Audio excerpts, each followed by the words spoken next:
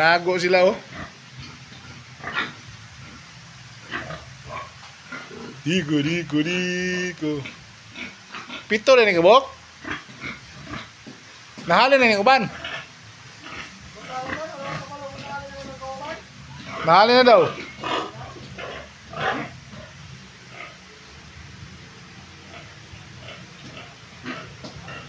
Diko.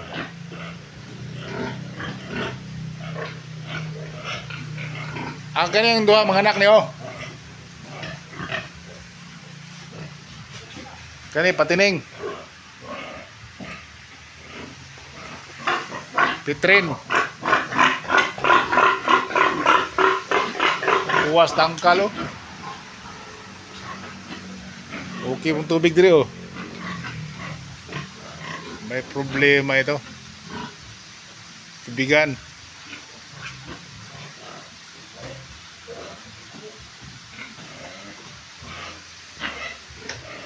Sayang. Hindi na ito ng 180 pati yung building. Alright, kukunin ko ito, ang apat dito, yung mga big na yan. Ito yan sila. Ito. Alright. Iipuan na ito. Huwag ko lang, kano ko totoo. Ayan, pati mo. Bakit na. Goodbye. Okay, good morning mga katuka. Filmi ko lang sa kalam. So nagpakain tayo ng 4 na big na bagong bili ko. Bagong vlog, bagong panimula. Para ito sa inyo na mga nanonood na gustong mag-alaga ng mga baboy. Yan, wala akong inahin kundi magbibili lamang ng mga big. Sabi ng may-ari nito, if1 daw ito. Yan, pantay ang laki. Sa halagang 3.5 po. Tumawad ako, ayaw magpatawad. So, lahat nito is 14K ang bili ko. So, ngayon na itong dumating umaga.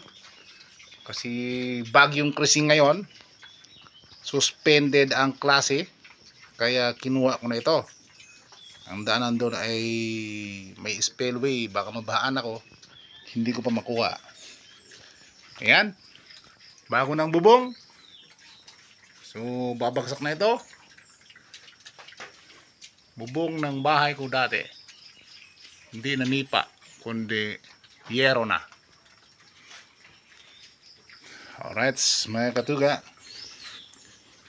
So in 4 months, maybe in November, kasi ang presyo ng live weight ngayon ay bumaba 160, pero ang karne ay ganun pa rin, 320 per kilo. So sino ang nakakaginansya? Ang mga buyer ng baboy. Ang nag-aalaga, maliit ang ginansya. So yung 10 ko dito, siyam lang. Kasi nilitson ko yung isa, celebration ng anak ko. So kinuha yun ng 190 chamba ang live weight. Saka yung isa ginawa nilang birok daw yun sa Bisaya, birok, may itlog daw sa loob. Sabi nila, sabi ng buyer, kasi hindi na maganda ang karne nun, panghi daw. Saka magre-reklamo daw yung buyer. Yun yung sa side ng mga nagbibenta ng karne.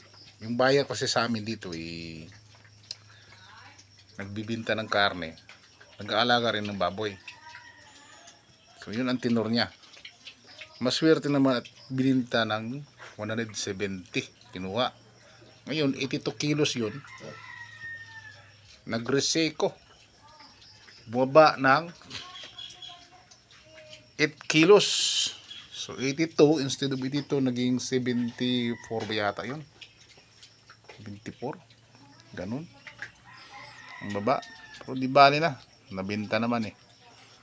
Tsaka tinulungan lang ako kasi isa ulit daw yung karne. Pag kinatay daw yun, tapos amoy panghi pag niluto daw, pinakuluan ng mainit na tubig. Pag mangangamoy panghi daw yon, yung kinatay na yung karne niya, pag niluto, yun may birok na yon. So hindi maganda na tayo hindi nag-aalaga. Saka yung may-ari noon, tinanong ko kung kinuha ba yung itlog niya. Kinapon ba? Kapon yun sa amin eh. Castration baka sa English, no? Kinuha naman daw. O, yung ano, yung bili ng karne pang pakatayan para ibenta yung karne, ano daw, may birok daw. So ganun ang nangyari. So wala tayong magawa. At least tinulungan tayo ng God kung paano ang paraan. Alright. So yun lang ang aking mga experience dito sa pagbababoy ko. Kasi hindi naman malawakan tong baboy ko. Hindi ko kaya, may trabaho ako.